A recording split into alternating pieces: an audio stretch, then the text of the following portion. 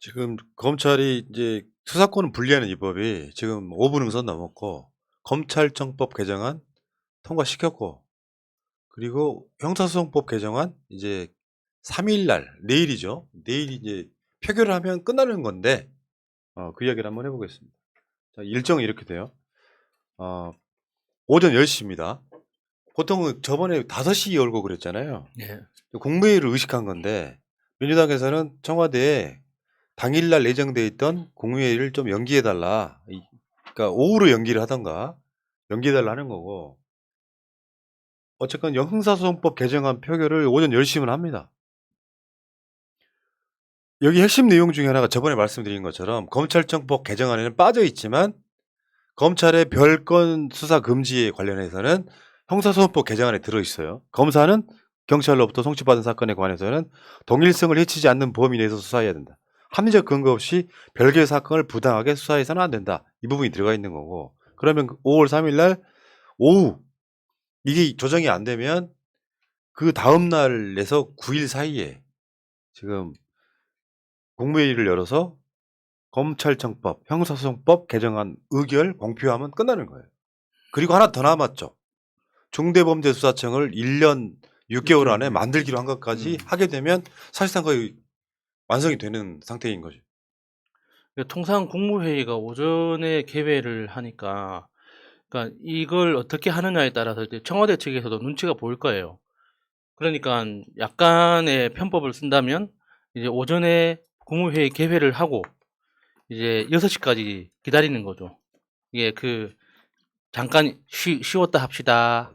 이렇게 하고 이제 이 국회가 끝날 때까지 기다렸다가 하는 방법도 있을 텐데 그게 밥 먹고 와. 예, 그게 과연 문재인 대통령이 그러는 방법을 쓸지는 잘 모르겠고 사실 임시 국무회의를 한 번 더 열지 않을까 싶습니다. 그러니까 아직 시간이 5월 4일, 그러니까 6일 이렇게 남아 있잖아요. 날짜가 이틀 더 남아 있으니까 임시 국무회의를 열 수도 있는데 어쨌거나 이제 청와대가 좀 이 전향적인 태도를 보여주면 좋을 텐데 아직까지 마음이 좀 조마조마하네요. 국회에서는 할 수 있는 최선을 다하고 있는데 청와대가 그걸 이렇게 확 이렇게 받는다는 그런 신호가 아직 없어서 좀 조마조마합니다. 조마조마하다니까요. 심장이 쫄깃쫄깃해서 시간 가는 게 너무나 근데 두렵습니다. 그거는 뭐 문 대통령이 결재를 안 할 이유가 사실 없는 것 같고요. 정경심 교수 사면도 마찬가지지만 한편에서는 있잖아요. 내가 만약에 그러면은 내가 얻는 어떤 사회적 평판을 저는 버릴 것 같거든요. 사회적 평판을 버릴 것 같아. 예. 왜냐하면 문재인 대통령을 저 보수 세력들이 임기 기간 동안 얼마나 조롱했습니까? 문재양, 뭐 문어봉, 문쩝쩝 하면서 한 번도 잘했다는 이야기 안 했던 그 세력들한테 합리적인 사람이다라는 평가 아무리 합리적이게 보여 평가 못 받거든요. 그럴 때는 박병석 욕먹는 이유가 뭐예요? 박병석 욕먹는 이유가 민주당 출신인데 민주당 같지 않아서. 민주당 같지 않아서라고 똑같은 것처럼 저는 이 부분은 물론 이제 이 부분은 좀 뭐 공표를 안 할 가능성은 없다고 보지만 이런 면에서는 좀 그렇다. 어쨌든 간에 자 이야기 넘어갑시다. 그렇게 심하게 대쪽같이 아니셔도 되는데 뭐 내 이런 말이 거잖아요. 서운해서 그래 서운해서 네. 뭐 대통령께서 제 느낌을 알아주실 거라고 생각해요. 근데 대쪽 같아야 되는데 이게 대나무가 아니라 수댕인 것 같은 느낌이잖아요. 조금은 좀 휘어져야지 좀. 네. 아이고 자 근데 문제는 이제 이건 끝났어요. 5월 3일 날 그거 공표되면 법으로 제정되는 건 아무 문제가 없는데 우리가 집회하고 있던 바로 그 시간에 이제 국회에서 이제 그거 있잖아요. 전에 올라왔던 검찰청법 개정안 투표하고 그다음에 형사소송법 개정안 상정하고 이 과정에서 배현진이 올라오는 바로 그 사건 한번 볼게요. 배현진이 박병석한테 앙증맞은 몸 발언해가지고 지금 난리가 났죠.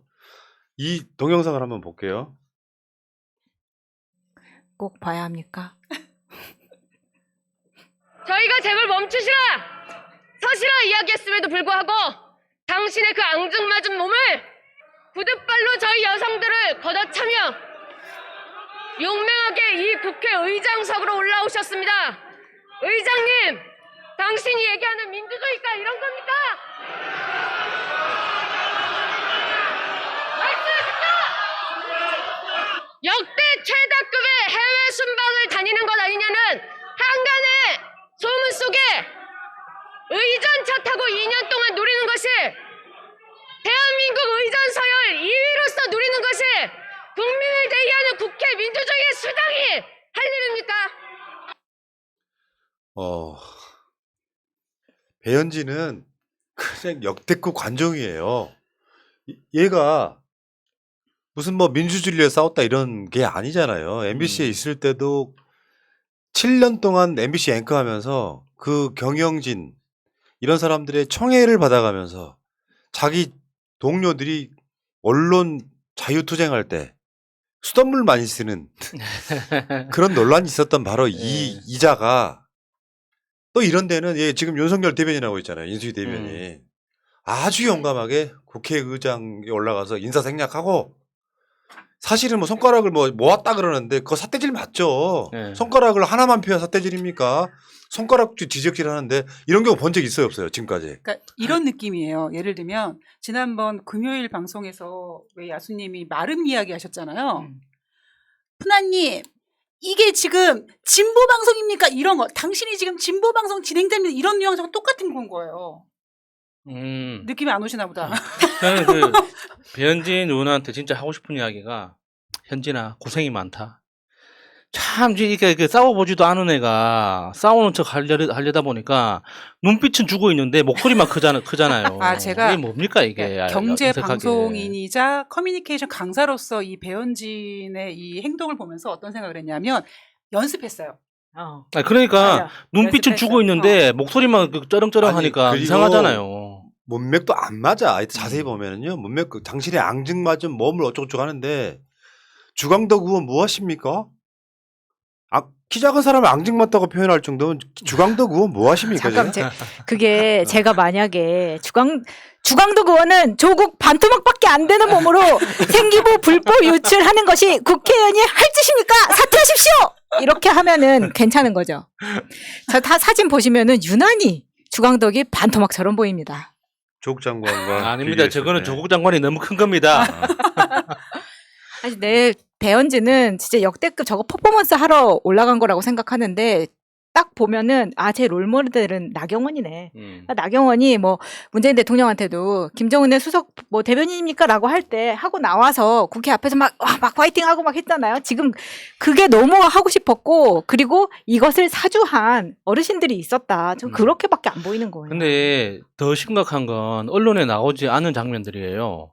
그러니까 박병석 의장이 그러니까 본회의장 입장을 하려고 하는데 국민의힘 의원들이 몸으로 막았었거든요. 그 분명히 이제 그러니까 국회 선진화법 위반, 위반이죠. 완전 위반 사항이에요. 그러니까 몸으로 그냥 그 길을 막아서기만 하고 손을 못 대니까 당연히 이제 경호원 7명이 제지를 했겠죠. 입장할 수 있도록. 그 과정에서 여성 의원 한두 명이 쓰러졌대요. 근데 그 경호원들이 그러니까 쓰러진 여성 의원을 챙기는 것보다 박병석 의장이 입장하는 게 먼저잖아요. 그러니까 자기들을 밟았다고 이렇게 거짓말을 하고 있는 거예요. 뭐 자기들을 밟고 지나갔다고. 그래서 막 구급차 실려가고 이런 퍼포먼스를 했거든요. 네. 완전히 개쇼를 했는데 실제로 지금 이번 국회에서 국회 선진화법 위반이 엄청 났어요. 법사위원장석 점거하고 그리고 국회의장이 이동하는데 국회 경위들이 그러니까 거기가 복도가 이렇게 넓은 복도가 아니야. 그러니까 국회의원들 거기 몇 명 앉아 있으면은 한 사람 지나가기도 힘든 그 자리만 예. 있는 거고요. 왔다 갔다 하라고 통로를. 예. 국회 경위들이 박병석 의장 그 앙증맞은 몸을 씨발 생각해보니까 존나 열받네. 아무튼 지나가려다 보면 당연히 물리적으로 부딪힐 수밖에 없잖아요. 요거는 모두 국회 선진화법으로 고발해서 처리를 받게 해야 돼요. 나경원의 교훈이 없어. 빠루 그 상태에서. 그렇죠. 근데 그 대표적으로 그래도 극혐이었던 비호감이었던 배현진이 여전사 나온 거지 쉽게 표현하면 박병석한테 국회의장 그 자리에 그 본회의에 단상에 올라갈 때 있잖아요. 이건 오래된 전통이에요. 거기에 올라가면 국회의장에 대한 그 경의를 표하고 국회의원들끼리 지들끼리 그러잖아. 존경하지도 않으면서 무슨 의원님이 하는 것처럼 그건 기본입니다. 기본. 예. 근데 국회의장한테 사퇴절하고 인사도 안 하고 올라가고 키 작다고 아니 물론 자기가 더 키 클 수는 있어요. 근데 어떻게 국회의장한테 앙증맞다는 표현을 씁니까? 키 작다는 그 조롱을 하면서. 그러니까 제가 그래서 앙증맞다라는 걸 사전에 찾아봤거든요. 그랬더니 작으면서도 갖출 것은 다 갖추어 아주 깜찍하다라는 뜻인데. 근데 안 맞아. 아니 사실 우리가 제가 곰곰이 생각해봤거든요. 왜냐면 우리도 앙증맞다는 표현을 쓰니까. 근데 예를 들면 제가 막 이렇게 체격이 있으니까 조그만 뭐 지갑을 갖고 다닌다 그러면 마차님이 어머 너무 지갑이 앙증맞으시네 이렇게 표현을 하지 사람한테. 앙증맞다는 건 앙증맞다라는 이제 표현을- 아이들한테. 그죠? 아주 네, 아이들한테 귀여운 쓰기도 아이들한테나 하고. 아니면 네. 이럴 수 있죠. 남자한테 참 앙증맞다 뭐 이런 표현을 쓸 수도 있는데 네. 넘어가겠습니다. 아니 근데 이게 우리가 처음이 아니잖아요. 왜 저는 국회 경위들도 충분히 이해가 갑니다. 왜냐면 이전에 이미자 문희상 건이 있었어요. 이미자 의원이 문희상 의원 막 이제 그때도 막 몸싸움이 나니까 네. 그러면 자기가 비키라고 해서 이렇게 손으로 밀었다가 성추행이라고 난리 쳤었잖아요. 네. 그러면 여자 의원들이 앞에서 그렇게 유도한 것일 수도 있지. 너네 조금만 더 몸이랑 닿으면 이거는 성추행이고 성희롱이다. 지금 이러려고 여자 의원들을 앞에다 세우는 거잖아요. 근데 배현진은 이제 너무 좀 싼티가 많이 나서 좀 보기 안 좋습니다. 기본적으로 그러니까 나경원한테 풍기는 그 약간의 그 1% 정도의 품위 있죠. 그 이 1%의 품위가 야, 비교하니까 품위가 생겨버리네. 1%의 품위가 이 배현진한테는 없어. 그거는 나경원한테 배울 수가 없는 거거든요. 원래 타고 나야 되는 거니까. 그러니까 나경원의 집안을 봐요. 품위가 있을 수밖에 없지. 집안에 그렇게 돈이 많은데 뭔 고생을 해봤겠습니까? 근데 이제 배현진은 자기가 이래서 밥 벌어먹고 살던 이제 그런 출신이다 보니까 그런 나경원이 가지고 있는 어떤 그런 본질적인 품위가 없어서 자기가 하려고 했던 그러니까 뭔가 여전사 그러니까 뛰어난 여전사로서 보여주려고 했던 그 작전은 실패한 거지. 예. 그냥 쌈마이만 보여주고 만 거예요. 근데 이런 건 있어요. 이제 관종으로서 내가 튀기 위해서 이런 무리를 일으켰잖아요. 쟤네들 여론전 캠페인에는 도움이 안 돼요. 본질이 사라져. 그러니까 이게 검찰 정상화 법을 통과시키는 데 있어서 그게 잘못됐다라는 그게 이슈가 돼야 되는데 쟤들 주장은 근데 배현진의 저 싸가지 없음이 그걸 다 덮어요. 여론에서 저건 너무한 거 아니냐 같은. 그리고 민주당도 지금 어제 발칵 뒤집혔는데 김민석 의원의 기자회견 잠깐만 보겠습니다. 국회의장에 대한 명예훼손과 의회 모독을 자행한 배현진 의원과 법사위원장석을 점거한 김기현 전 원내대표만큼은 반드시 법에 따라 일벌백계 되어야 합니다. 저 국회의원들 입장에서 저거 용납할 수 없는 거거든요. 배현진 제명까지 가야 된다는 게 중론이에요, 중론. 저건 있을 수 없는 일이라고. 맞아요. 그러니까 저 스스로가 뭐 어떤 상황이 벌어진 거냐면 우리는 보기에 박병석이 민주당 출신 국회의원장이지만 국회 전체로는 국회의원들이 국민의힘이든 민주당이든 국회라고 하는 공간을 스스로의 어떤 존엄 때문에 상대 당 출신이어도 서로에게 인사하고 상대 당 사람이어도 존경하는 이란 표현 쓰는 거죠. 예. 그 국회를 아사리판 만들어버린 거예요. 그러니까 오늘 배현진의 그 발언은 그러니까 쉽게 이야기하면은 자기가 먹을 우물에 자기가 침을 뱉은 거예요.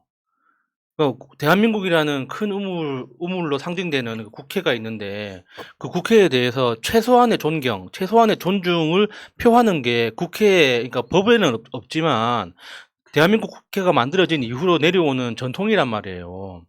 그러니까 그거를 스스로 그냥 위반하면서 자신이 얼마나 볼품없는 인간인지를 자기가 스스로 보여준 겁니다. 그리고 굉장히 부끄러운 거지. 이렇게 퍼포먼스를 하는 이유에는 이 권성동의 합의가 앞에 있었다는 것을 국민들로 하여금 지워버리고 민주당 출신의 국회의장이 편파적으로 날치겠다 이 이미지만 주기 위해서 지금 이렇게 퍼포먼스 하는 거거든요. 앞에 권성동의 합의 이런 거는 이제 생각도 안 나요. 지금 완전히 없었던 일로 치니까 그게 네. 열받는 거거든요. 뭐 그런 얘기도 있어요. 배현진이 입고 나온 옷이 속옷이다라는. 요즘 그 유행입니다. 겉옷 아니. 위에 속옷 입는 거. 아니 그렇긴 하지만 이게 국회의원이잖아요. 그러면 예를 들어서 푸나님이 이렇게 양복 자켓을 입었는데 안에 그냥 쩔티 막 메리아스 이런 거. 끝나시 막 이런 거 난닝구, 입었다고 좀 저는 좀 난닝구. 옷을 좀 갖춰서 입어줬으면 좋겠다. 거의 속옷인 줄 알았습니다. 자, 그래도 예. 그러니까 뭐 야수님께서 뭐 자기가 마실 물에 우물에다가 이제 뭐 침을 뱉었다 이렇게 말씀했는데 그래도 본인은 품위를 끝까지 유지하고 싶었었나 봐요. 그러니까 자기가 그 소셜 미디어에 5손가락을 참하게 모았다. 그러니까 이랬다라는 거잖아요. 그러니까 이렇게 안 하고 이랬다라는 거잖아요. 그러니까 근데 이게 보세요. 푸나님 당신 이게 존중 이게 할 수 없죠. 이거나 똑같은 거지. 자, 정말. 어쨌건 저는 그 배현진은 제명시켜야 된다고 생각해요. 이건 스스로가 국회를 하고 오는 공간을 저렇게 만들면 안 되는 게, 자, 제가 집회 나가서 한 말이기도 한데요. 약간 좀 다르게 한번 접근을 한번 해볼게요. 우리 진영의 대통령을 검찰의 수사로 잃었어요. 그렇게 돌아가셨다고요.